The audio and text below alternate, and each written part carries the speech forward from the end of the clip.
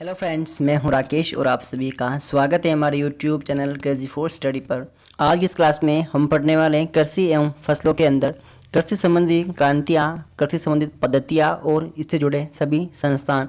तो आप इस क्लास से अपने नोट्स भी तैयार कर सकते हैं। तो फिर चलिए शुरू करते हैं और देखते हैं फटाफट से। सबसे पहले हम देखते हैं हरित क्रांति। हरित क्रांति का संबंध किससे हो जाएगा? कृषि एवं कृषि संबंधी उत्पाद को बढ़ावा देना, मुख्यतः खाद्यान्न को बढ़ावा देना, खाद्यान्न के उत्पादन में वृद्धि करना। इसका विश्व में जनक कौन हो जाएगा? नॉर्मन बोरलॉग, और इसकी शुरुआत विश्व में 1950 में की गई। भारत में यदि इसका जनक देखें तो कौन हो जाएगा? MS स्वामीनाथन। और भारत में हरित क्रांति की शुरुआत 1966 से 67 के मध्य योजना अवकाश के दौरान की गई, जो कि पंचवर्षीय योजनाओं के अंदर योजना अवकाश रहा। इसका नामकरण किसने किया? विलियम गॉड ने। और इस हरित क्रांति के द्वारा खाद्यान्न के उत्पादन में लगभग 8 गुना वृद्धि की गई थी, ठीक है ना। और सबसे ज़्यादा गेहूं के उत्पादन में हरित क्रांति से वृद्धि हुई थी। नेक्स्ट देखते हैं हम श्वेत क्रांति। और श्वेत क्रांति का संबंध दुग्ध उत्पादन या फिर डेयरी विकास को बढ़ावा देना, ठीक है ना। और इसके जनक कौन है? वर्गीज कुरियन।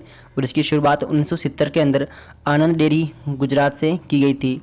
राजस्थान में इसकी शुरुआत देखें तो 1971 में पद्मा डेयरी के द्वारा अजमेर से की गई थी, ठीक है ना। पद्मा डेयरी कहाँ पर? अजमेर के अंदर, जो कि राजस्थान में शुरुआत हुई। और यदि भारत में पूछ ले तो आनंद डेयरी गुजरात से, ठीक है ना। और ऑपरेशन फ्लड इसका संबंधी श्वेत क्रांति से है, और ये सहकारिता आधारित कार्यक्रम है। देखो श्वेत क्रांति यानी कि दूध कैसा होता है? सफ़ेद। तो इससे क्या हो गया? श्वेत क्रांति। नेक्स्ट हम देख लेते हैं कुछ क्रांतियाँ हैं, काफ़ी इंपॉर्टेंट है, इनको आप इंपॉर्टेंट लगा करके याद रख लेना, एग्जाम के अंदर पूछी जाती रही है। सबसे पहले हम देखते हैं पीली क्रांति। और पीली क्रांति का संबंध किससे हो जाएगा? तिलहन। सरसों के जो फ्लावर्स होते हैं कैसे होते हैं? पीले। तो आप वहाँ से याद रख लीजिए पीली क्रांति, क्योंकि सरसों से क्या निकला जाता है? तेल, तिलहन, ठीक है ना। तो पीली क्रांति। नेक्स्ट है नीली क्रांति। और नीली क्रांति का संबंध किससे होगा? मछली से। समुद्र का पानी कैसा होता है? नीला होता है, और वहाँ पर मछली पालन होता है। तो ये क्या हो गया? नीली क्रांति। और इसका संबंध कैसे हो गया? मछली से। गुलाबी क्रांति। और इसका संबंध हो गया झींगा मछली से। जो झींगा मछली होती है, इसको आप इमेजिन करिए कि वो एक गुलाबी है, और इसका संबंध कैसे हो गया? गुलाबी क्रांति, झींगा मछली। नेक्स्ट देखिए रजत क्रांति। और रजत यानी कि चांदी, ठीक है ना, सिल्वर। इसका संबंध किससे हो गया? अंडे से। अंडा भी कैसा होता है? हल्का सफ़ेद यानी कि चांदी के कलर का होता है, इसलिए इसका संबंध किससे हो गया? रजत क्रांति, अंडे से संबंधित। नेक्स्ट है लाल क्रांति। और इस लाल क्रांति का संबंध किससे हो गया? टमाटर और मांस। टमाटर और मांस दोनों ही लाल होते हैं, तो इसका संबंध किससे हो गया? लाल क्रांति से। नेक्स्ट है काली क्रांति। और इसका संबंध किससे हो गया? अफीम से। देखो अफीम क्या है? एक नशा है जो कि ज़िंदगी के लिए कैसा है? काला है, ठीक है ना। क्या है? ज़िंदगी के लिए काला, हमें नशा नहीं करना चाहिए। और अफीम, इसका संबंध किससे हो गया? काली क्रांति, अफीम। वैसे काली क्रांति का संबंध पेट्रोलियम पदार्थों से भी होता है, लेकिन हम अभी यहाँ पर कृषि से संबंधित क्रांतियाँ पढ़ रहे हैं। देखिए गोल क्रांति। और इस गोल क्रांति का संबंध किससे हो गया? आलू से। आलू कैसा होता है? गोल होता है, इसलिए इसका संबंध किससे हो गया? गोल क्रांति। नेक्स्ट देखिए सुनहरी क्रांति।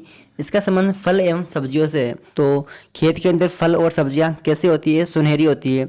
तो सुनहरी क्रांति, फल एवं सब्जी। नेक्स्ट है बादामी। और इसका संबंध किससे हो गया? मसाला से। और मसालों का उत्पादन सबसे ज़्यादा कहाँ पर होता है? केरल के अंदर। नेक्स्ट है परामनी। और इस परामनी क्रांति का संबंध हो गया भिंडी से। नेक्स्ट है सेफ्रॉन। सेफ्रॉन का संबंध हो गया केसर से, और केसर को इंग्लिश में सेफ्रॉन बोला जाता है। नेक्स्ट है सुनहरा रेशा, गोल्डन फाइबर। इसका संबंध जूट एवं पटसन से हो जाता है, ठीक है ना। नेक्स्ट है सफ़ेद रेशा। और सफ़ेद रेशा इसका संबंध कपास से हो जाता है। नेक्स्ट है भूरी क्रांति। भूरी क्रांति खाद्य प्रसंस्करण। भूरी क्रांति जो उर्वरक होते हैं जैसे DAP, यूरिया, इन सभी का संबंध भूरी क्रांति से है। नेक्स्ट है इंद्रधनुषी क्रांति। संपूर्ण क्रांतियों पर नियंत्रण। ये जितनी भी क्रांतियाँ हैं इन पर नियंत्रण इंद्रधनुषी क्रांति के द्वारा रखा जाता है। और लास्ट है अमृत क्रांति। इसका संबंध है नदी जोड़ो, यानी कि दो नदी है और इनके पानी को जोड़ना है, तो किस क्रांति के द्वारा? अमृत क्रांति के द्वारा। चलिए नेक्स्ट देख लेते हैं हम कृषि से संबंधित विशेष पद्धतियाँ। ये भी इंपॉर्टेंट है, एग्जाम के अंदर पूछी जाती रही है, तो इससे भी आपका 1 नंबर रेडी हो जाएगा। देखते हैं सेरीकल्चर, काफ़ी इंपॉर्टेंट है। सेरीकल्चर का संबंध किससे है? रेशम के उत्पादन से।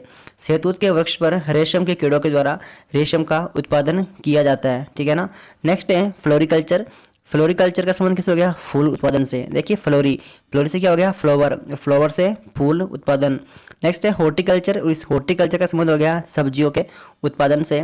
नेक्स्ट है वर्मी कल्चर, और वर्मी कल्चर का संबंध किससे हो जाता है? केंचुआ के उत्पादन से, जो कि खेतों के अंदर केंचुए होते हैं, मिट्टी को डाइजेस्ट करके खाद का निर्माण करते हैं। इसका संबंध किससे हो गया? वर्मी कल्चर, केंचुआ उत्पादन।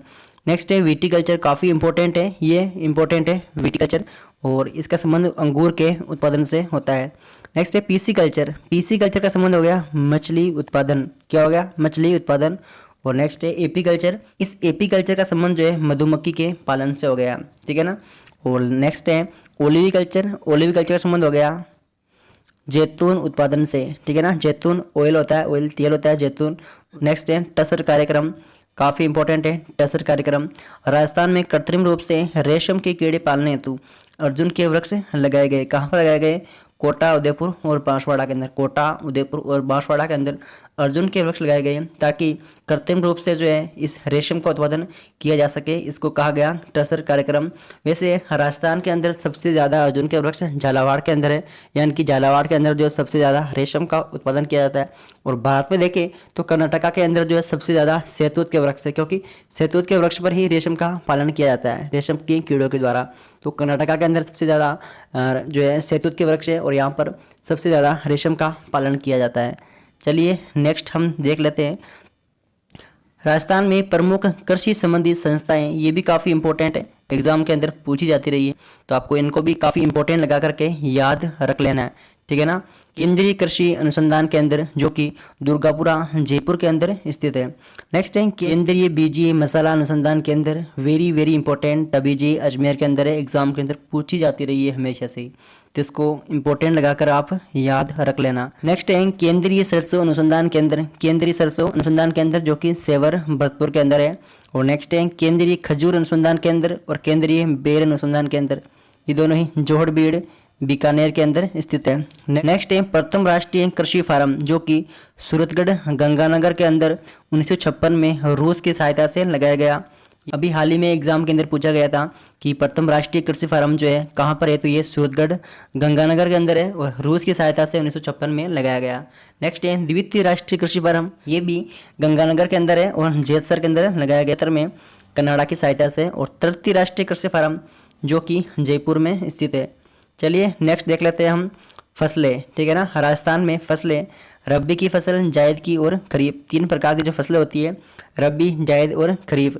रबी की सर्दियों में होती है, जायद गर्मियों के अंदर होती है, और खरीफ की फसल जो है वर्षा पर आधारित होती है। देखते हैं रबी की फसल, इनकी बुआई जो है अक्टूबर से नवंबर के मध्य की जाती है और मार्च अप्रैल के मध्य इनकी कटाई कर ली जाती है।